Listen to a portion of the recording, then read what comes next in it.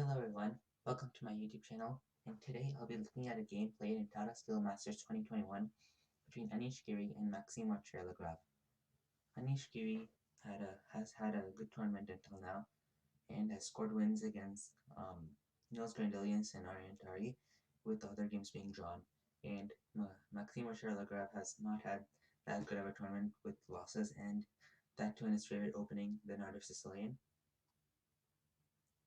But it was still an interesting matchup as well. Both players are very strong, and when they play together, the games always are extremely fun to watch. So in this game, Anish Giri opened with e4 with the white pieces. And remember, this is a classical game. And the players start out with 1 hour 40 minutes, and then get 50 extra minutes once they make their 40th move, and 15 extra minutes after they make their 60th move. So they do have a lot of time.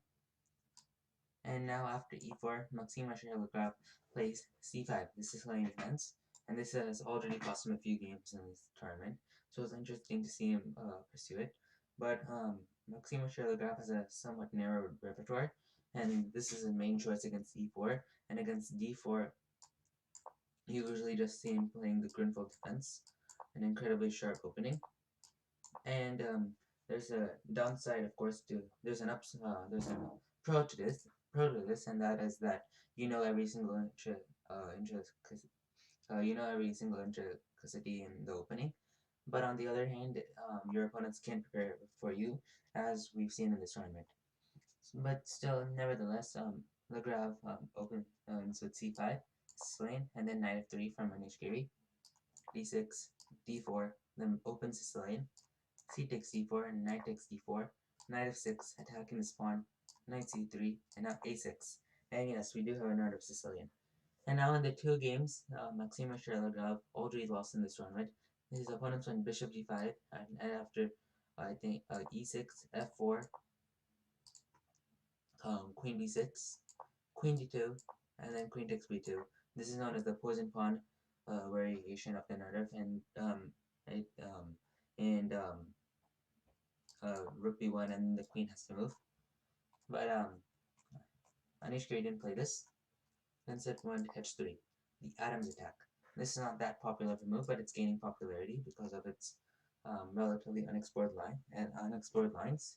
White just wants to go for a kingside attack.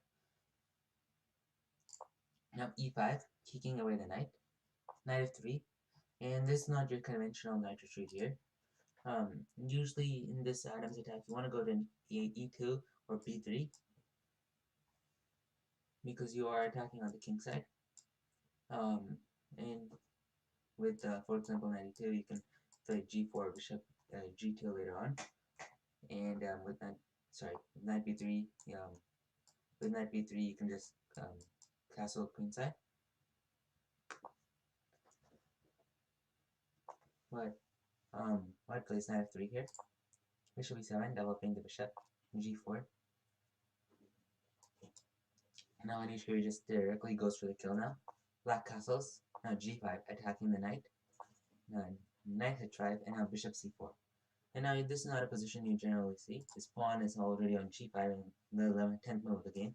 White wants to play h4 here and then castle queenside, because of course you can't castle kingside at this moment. Bishop e6, and now bishop e3. And now while it looks tempting to just take,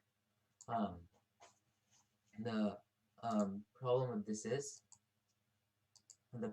is that the structure here is very good for white if he castles queenside, as it just protects his king from any harm.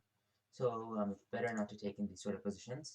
And instead, Lagrave plays g6, bishop e3, developing the bishop, knight d7, developing the knight, queen e2, getting the queen out, and now preparing kingside castling, rook c8, getting the stroke on the open file, common idea in the Sicilian, castling queenside, knight c5.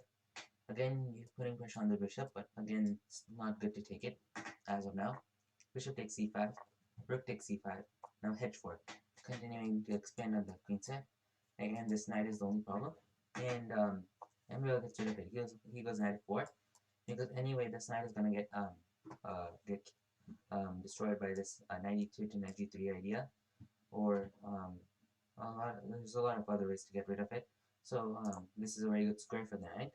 Anyway, king b1, queen a5, knight e1, and now Anish Giri wants to play knight d3, attacking both the knight and the rook. Rook of c8, knight d3, knight takes c3, exchanging knights, and now comes the move rook takes c3. And now this is a common exchange sacrifice in the open Sicilian and then Art in general, but it has to be very precisely thought out and calculated, because you're sacrificing exchange and for bishop, so you're sacrificing the exchange, and the positions can be very dangerous for you if you don't know what you're doing. Anish Giri just takes, now then d5. Now I don't think this was a good move. Maxime Vachier Lagrave just could have continued with rook takes c3, attacking the queen, forcing it to move to d2, and then maybe b6, and for then continuing with attacking the king side, queen side. But instead goes d5, and now the computer that's doing queen d2 or h5 and continuing the attack, but Anish Giri takes, and this position is still good for white and black, but now it's just become a lot more simple, because this pawn is just going to get taken later on in the game because of the amount of pressure you can build on it. And now it's just become more easy to navigate for Emil, because you can go bishop f5, putting the bishop, lining it up. Now queen d2, moving the queen away. Bishop e6, you want to blockade this pawn, otherwise it's going to just walk to victory, so it's good to blockade it. c4, just defending this pawn. Queen b6, getting this queen in line with the king. King g1, moving the king out of the way. a5, now the idea is just to march up. c3, now a4. Now if you take on a4, black can either play rook a1 or rook takes c4, both of which aren't looking good for white as they infiltrate his position. So it's better just to play bishop c2, which was played in the game. e4. Now taking here would have been fine as well, but you lost one attacking piece and traded it off, which makes the endgame worse for you. So it's better. So Emil declines to trade. Bishop takes c4. The difference now is that, for example, rook takes c4 or rook a1. The bishop can just come back, and there's no bishop kind of covering this b1 square, since it's blocked by its own pawn. So bishop takes a4, rook takes c4, bishop b3, rook c5, rook at g1. Now you're putting more pressure on this pawn. Bishop e5, getting this bishop in line with the king. Rook e3, queen d6, and now you again want to blockade this pawn and maybe try to get it in the future. King b2, trying to run the king to safety. b5, now you're just pushing on the queen side. a3, trying to build some sort of fortress. Rook c8, rook a1, getting the rook to the defensive side, and now your king can run if it wants to. b4, trying to opening up the position. A takes b4, now queen takes b4.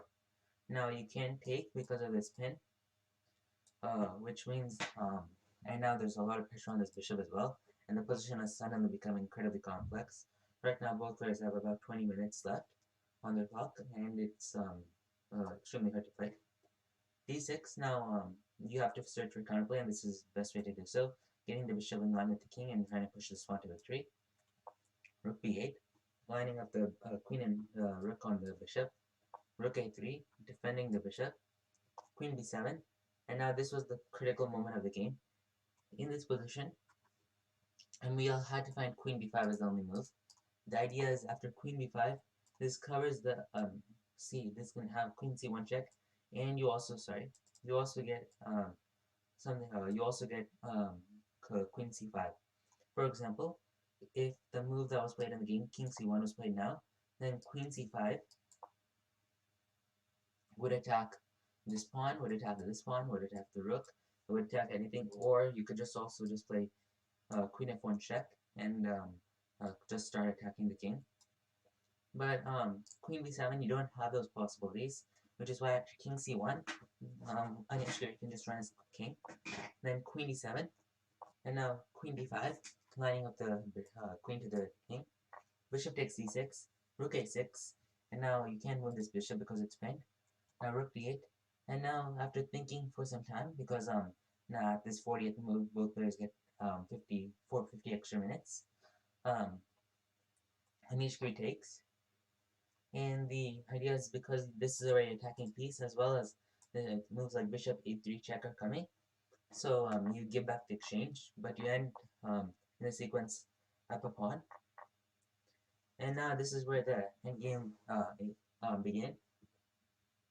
Now Anish Giri has 4 pawns with him, while Emil only has 3, which and normally rook games are tend to be drawn.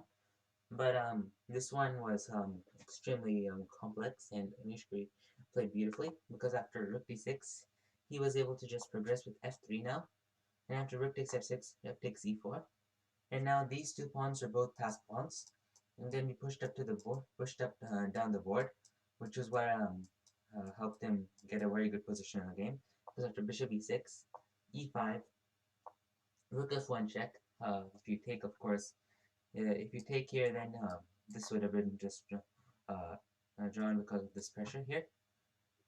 So e5 instead. Now rook f1, king b2, bishop takes, king takes, and now the Anish Giri just kept marching his pawns up the board. King g7, c4, rook b1 check, and the thing is you can't really stop them because if the king is far away in these sort of endgames, this rook was cancels out this rook sort of, and the pawn becomes undefended, which makes it harder for white to promote. And now with the king so close, the pawns are just able to keep marching up the board.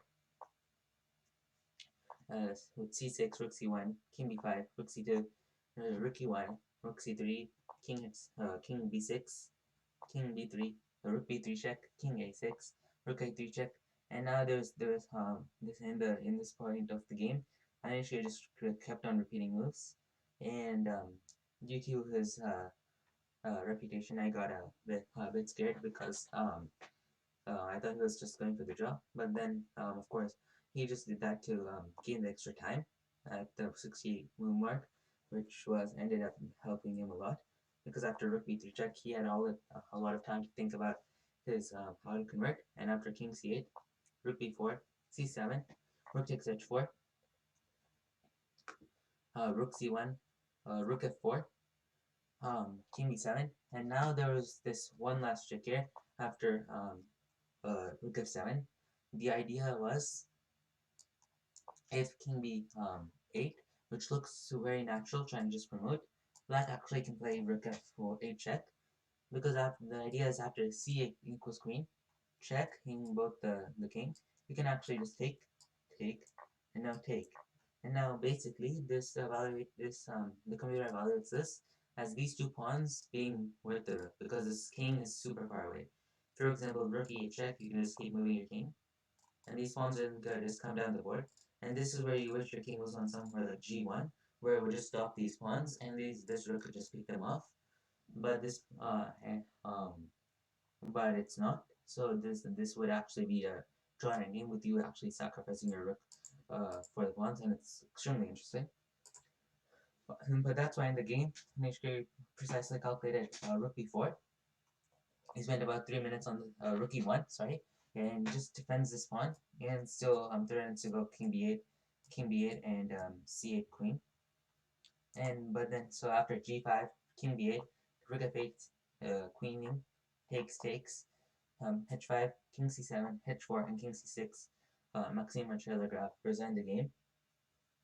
It was a great game by Anish, and both of them combined, they provided an exciting game, especially with the sacrifice on c3 early on. I think it was an extremely complex and exciting game, especially the conversion and technique shown by Anish at the end of the game. So at the moment, Anish Giri and Fabiana Caruana, along with Alireza, are at the top and tied for first. And Maxime Vachier Lagrave earns his third loss with the Najdorf Sicilian.